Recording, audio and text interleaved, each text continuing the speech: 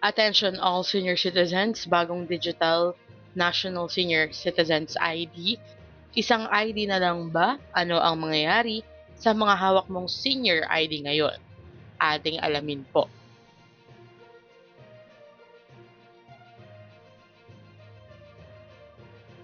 Magandang araw po sa ating manonood. Kahapon, iniulat natin sa inyo ng NCSC at DICT ay naglunsad na ng bagong digital National Senior Citizens ID.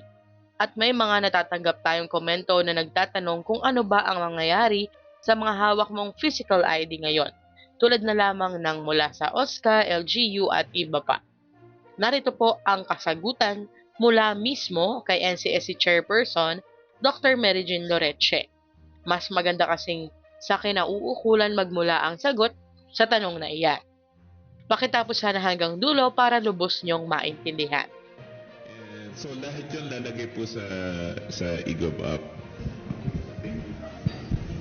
Good morning po. Marita Muahe from the Philippine News Agency. Ma'am, ask ko lang, kasi we all know na yung mga senior citizens natin, meron silang existing senior citizens ID from the local governments. So ano po ang mangyayari doon? I-harmonize ba natin sila? Paano pong plano? Yes, that's correct. There will be harmonization. I call that the migration of data. Ibig sabihin, lahat ng iyong mga IDs na meron ikaw. Kanina nga pinakita ko kay Yusek Dave, ang yabang-yabang ko. Kasi kahapon, sinimulan ko na. Sige, nag-enter na ako doon. Lahat ng ID meron ako mula sa OSCA, papunta sa PRC, GSIS, SSS, PhilHealth, at kasama ang aking driver's license. Nandun na. So it really is a matter of harmonizing all of this so that you can only have one ID that you can bring with you anywhere that should be respected and accepted by any establishments.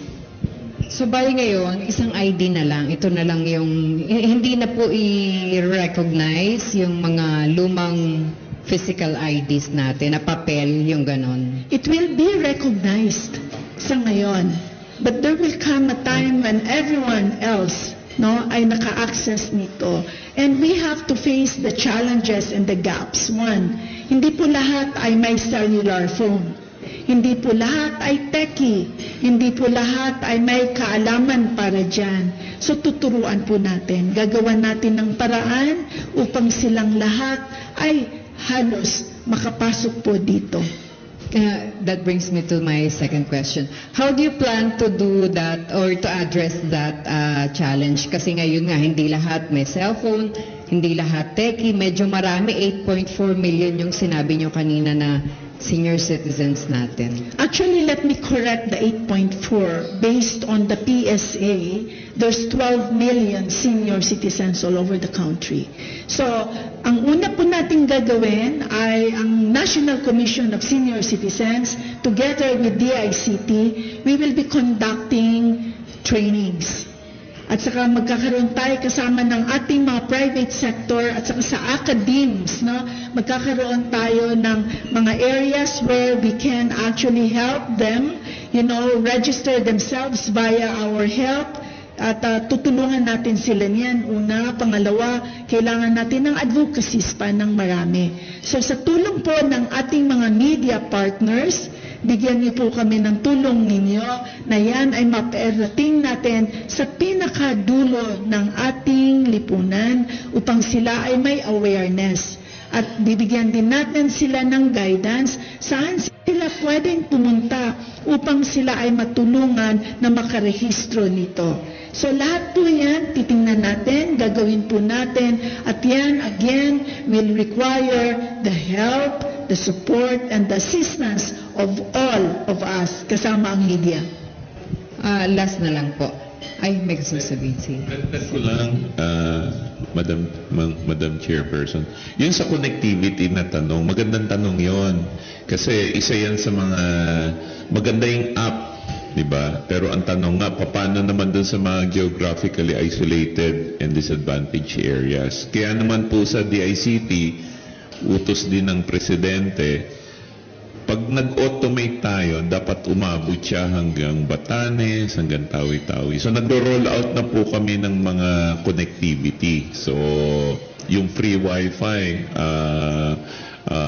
ilan na latag na namin. So bigyan nyo kami ng hanggang end of next year, walang sulok ng Pilipinas na hindi ka makakagamit ng cellphone at hindi ka makakagamit ng wifi. Parating na po yan. Kasi nga marami yung walang internet pa. Even sa Metro Manila, minsan fluctuating yung ano natin. Pati yan, pati Metro Manila. Ang mga telco naman po ay nakiki-cooperate. Kung matatanong nyo, yung EGOV app kasi gumagana yan, mas maganda 4G, 5G.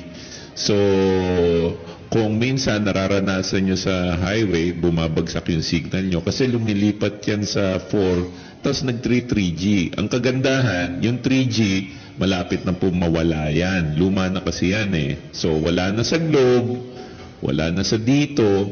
Si Smart may konti pa pero nagmamadali na silang i-phase out. So pagka 4G, 5G na po kayo, gaganda pati sa Metro Manila. Ayan, base po sa ating narinig sa ngayon, lahat ng IDs na meron kayo ay valid at ire-recognize po yan. Pero target po sa hinaharap na maging isang ID na lang ang gamit para sa mga senior citizens nationwide. Paalala po, ang digital ID, wala po yung physical card or copy kasi nga po, digital ID siya. Shoutout po pala kay Mr. Russell Herrera, 2015. Nag-comment po siya doon sa post natin kahapon about sa NSCID. Aniya, kanina po ma'am siya, dinownload ko ang apps at nag-create ako ng account. Ang galing at napakadali lang mag-create. 3 po ang aking digital ID. National ID, PhilHealth at Senior Citizens ID. May mga QR code bawat isa. Thank you po Ma'am Cha for sharing this to us. Maraming salamat po sa pagbahagi po ng inyong experience. Kaya po mga lolo at lola, magpatulong na po sa mga marunong mag-download po ng eGov PH app sa inyong cellphone para makakuha na nitong Digital National Senior Citizens ID. Hanggang dito na lamang po muna, ito ang Chazzy Infos and Updates. I-like, share, and subscribe para kayo ay updated.